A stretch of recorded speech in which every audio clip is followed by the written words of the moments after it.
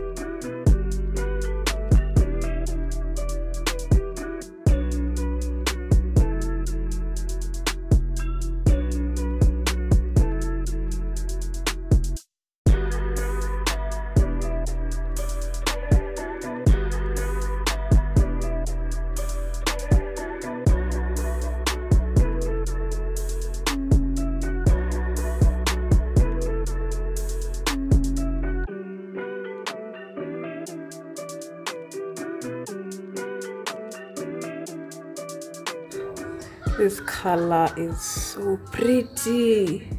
Orange tan. The camera is not doing it justice.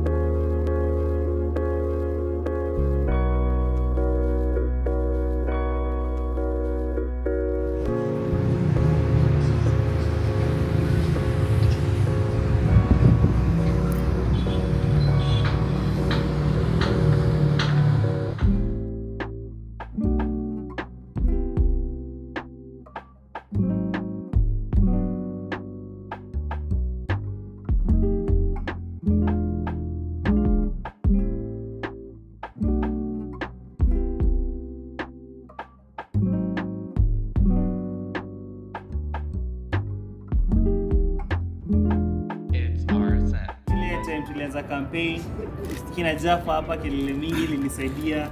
Sairo, Jack, Melissa, Wandegwa, Mary. Yasi mnajua job tumefanya, hustle tumefanya kabla tufike hapa. Pale Makori ameachia hiyo line na sisi tunaichukulia tunaenda na kelele mingi. Woo! Claps, claps. Clap, clap, clap.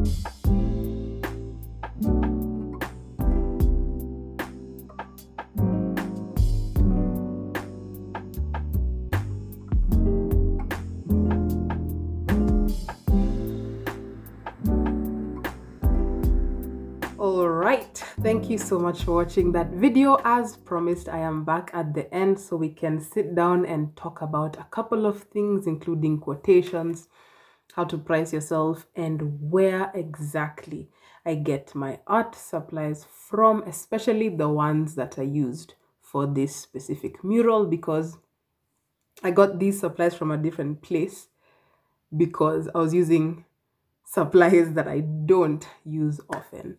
So first things first, quotations. So before this project, I had never come up with a quotation in my life before. I did not even know what they are. So I took it to Google and I looked for templates for quotations, and I then used a template to come up with the quotation that is on your screen, which is the one that I sent to the client. Of course, her information is blurred, as well as my personal information. From the quotation that I sent my client that you are seeing on the screen, you'll notice I put one of my pieces at the very top. So I would advise you, if you are an artist sending anybody any kind of document in relation to your work, make sure you add an artistic touch. If you can include prints of your work in there, then by all means do so. Give them a feel of what your work is about and what they should expect. Even if you know them personally, even if you've known them for years, please add that touch. Don't daraw somebody because mumezoeana. Treat a client who is your friend the same way you treat a client who is a stranger. You can see I have priced myself quite low on the labor side. This is because I knew my client before the work began. Typically, I would not charge myself 700 bob for labor for a day. I would do at least 2,000 Kenya shillings going upwards, depending on who the client is. So this is important. Be aware of who your client is. If you do not know them prior to the project, do your research on them. Find their social media. Identify yourself with their lifestyle and the kind of things they spend money on. Then you'll be able to tell when they give you their budget if they're messing around with you and just stealing from you and undervaluing you, or whether they're actually saying what they can actually pay. So my client's budget was 10,000 Kenyan shillings.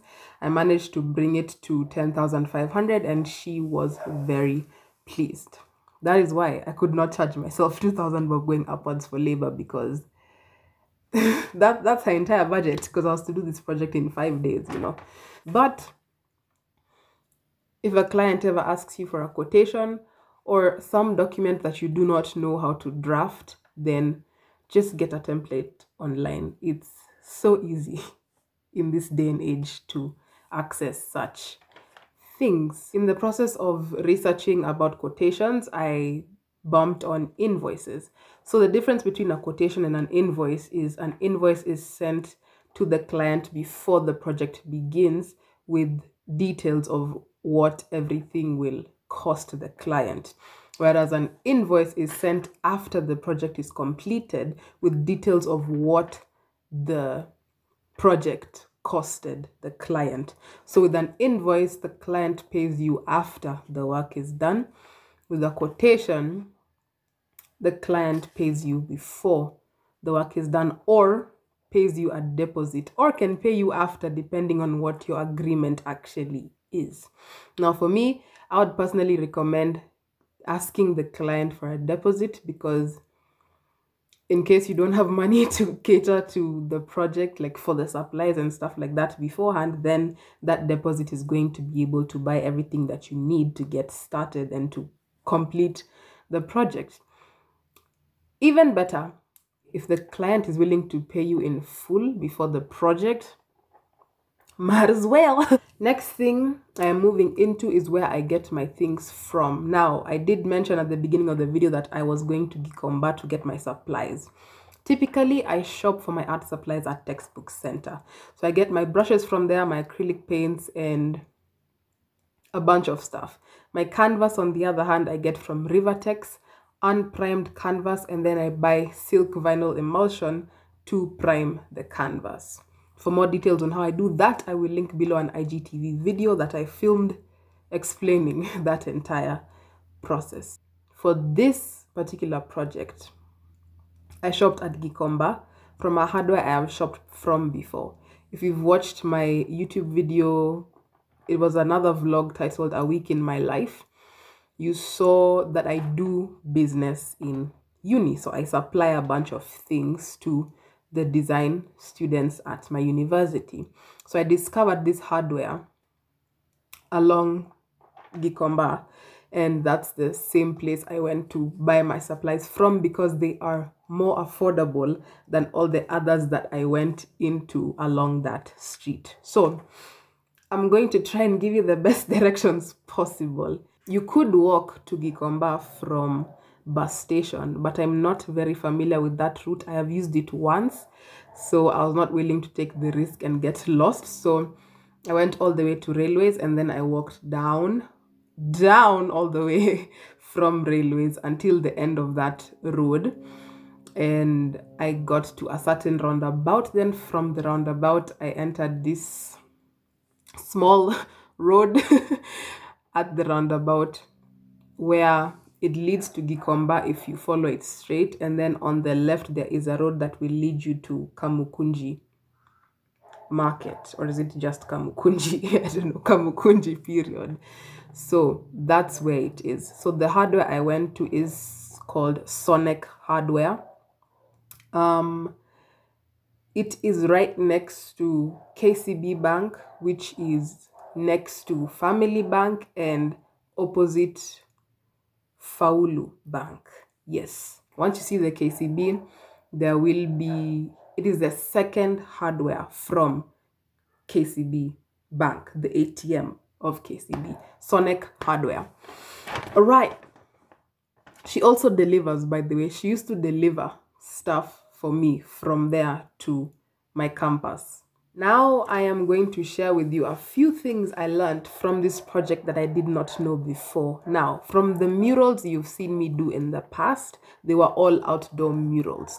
So I didn't necessarily have to think about the types of paints that I was using because it was outdoor. Automatically, I used oil paints without knowing I was using oil-based paints on the murals I have done before because they were outdoors.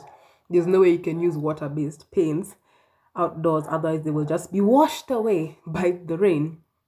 So with oil-based paints, you use a thinner to thin them out, but with water-based paints, use water to thin them out, right? So the reason why a lot of people prefer water-based paints for indoors is because they do not have oil. So in the case of a fire, your walls will not catch fire if they were painted with a water-based paint as opposed to oil-based paints. I also learned that you do not need to varnish walls, which is what I thought I would need to do.